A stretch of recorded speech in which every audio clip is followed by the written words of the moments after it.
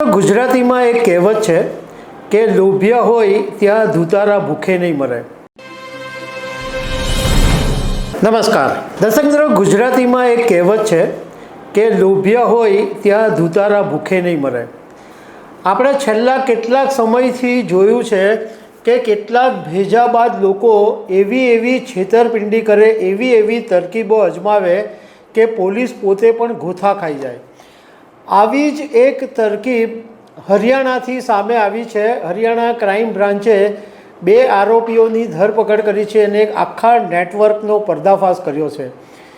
આ જે ગઠિયાઓ હતા એ સોશિયલ મીડિયા પર એવી જાહેરાત આપતા હતા કે ગર્ભવતી કરો અને 10,000 રૂપિયા ઇનામ મેળવો. તો આ ઘટના વિશે હું તમારી સાથે વાત કરીશ. મારું નામ રાજેશ શાહ છે અને તમે જોઈ રહ્યા છો ખબર છે.com. દર્શક મિત્રો, હરિયાણાનું મેવાત છે એ સાયબર ક્રાઇમ માટે આખા ભારતભરની અંદર કુખ્યાત છે. અહીંયાથી એટલા બધા લોકો સાયબર ક્રાઇમની સાથે સંકળાયેલા છે કે એના આંકડા સાંભળીને તમે ચોંકી જશો.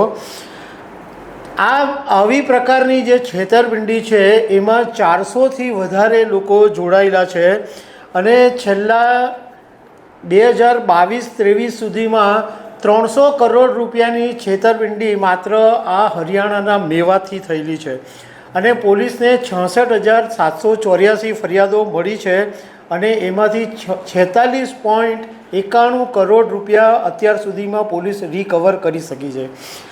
હવે અત્યારે એક જે સાયબર ક્રાઇમ સામે આવ્યું છે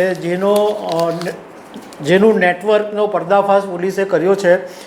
તો હરિયાણાની નું પોલીસની જે સાયબર ક્રાઇમ ટીમ છે એમણે 2 આરોપીઓની ધરપકડ કરી. એક ફરિયાદ એવી આવી હતી કે એક સોશિયલ મીડિયાની અંદર જે જાહેર ખબર છે એના કારણે એક વ્યક્તિની સાથે છેતરપિંડી થઈ હતી. એની પોલીસે તપાસ કરી અને 2 આરોપીઓની ધરપકડ કરી. હવે આ જે પ્રમાણે મોડેસ ઓપરન્ડી હતી આ આરોપીઓની, એ સાંભળીને તમે પણ ચોંકી જશો. તો આ લોકો શું કરતા હતા કે સોશિયલ મીડિયા ઉપર જાહેર ખબર આપતા હતા, એક નોકરીની ઓફર.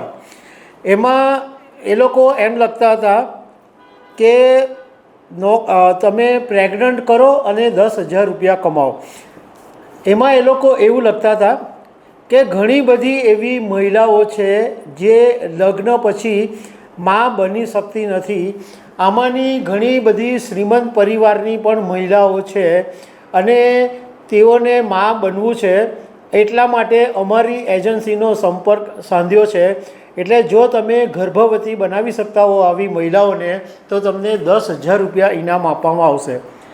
સાથે સાથે એવું બી લખવામાં આવ્યું હતું કે ધારો કે કોઈ સંજોગોમાં તમારા કારણે એ મહિલા ગર્ભવતી ન થાય તો પણ તમને 5,000 રૂપિયા ઇનામ મળે.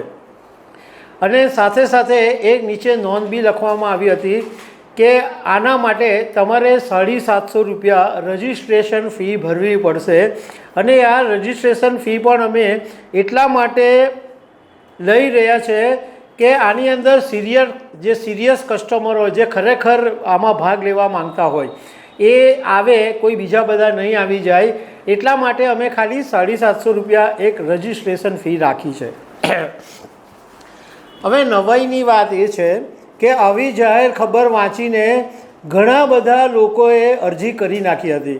પહેલાં જ મેં તમને કીધું ને કે લોભિયા હોય ત્યાં ધૂતારા ભૂખે નહીં મરે. છેલ્લા કેટલાક સમયથી આવા અનેક સમાચારો આવે છે કે ઓનલાઈન ફ્રોડ થાય છે, છેતરપિંડી કરે છે, તમને KYCના નામ પર છેતરે છે, વોટ્સઅપ મેસેજ કરીને છેતરે છે, તમને ઓનલાઈન કોઈ રૂપાળી મહિલા તમને વોટ્સઅપ કોલ કરીને છેતરે છે. આવા અનેક સમાચારો આવવા છતાં બી લોકો આવી બધી માયાજાળમાં ફસાઈ જાય છે. એટલે ઘણા બધા યુવાનોએ આમાં અરજી કરી, કારણ કે એમને આની અંદર 2 લાભ દેખાતા હતા. એક તો એક મહિલાની સાથે મજા કરવાનો એક લાભ મળે એમ હતો અને બીજા રૂપિયા મળતા હતા. એટલે ઘણા બધા યુવાનોએ અરજી કરી પણ બધા ફસાઈ ગયા. કારણ કે આ જે ગેંગ હતી એ એવું કરતી હતી કે પહેલાં 750 રૂપિયા રજિસ્ટ્રેશન ફી લઈ લે અને પછી બીજા બધા રૂપિયા પાછળથી માંગીને તમને ગોળ ફેરવે. હકીકતમાં કોઈ મહિલા હોય જ નહીં કે ગર્ભવતી બનાવવાની તો વાત જ નહીં આવે. માત્ર છેતરપિંડી કરવાના આશયથી સોશિયલ મીડિયા ઉપર આવી જાહેર ખબરો આપવામાં આવતી હતી અને આવા જે લોભિયાઓ હતા એ આની અંદર ફસાઈ ગયા.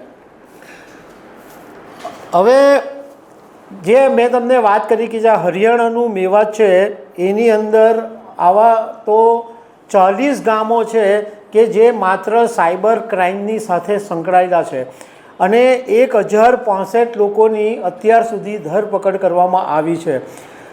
પોલીસ માટે પણ આ જે હરિયાણાનું મેવાત છે એ ટેન્શનનો વિષય છે, કારણ કે અહીંયાથી સાયબર ફ્રોડ કરનારા લોકોની સંખ્યા બહુ મોટા પાયા ઉપર છે. તો દર્શક મિત્રો, આવી અનેક વાતો સાથે અમે તમને મળતા રહીશું. Thank you very much.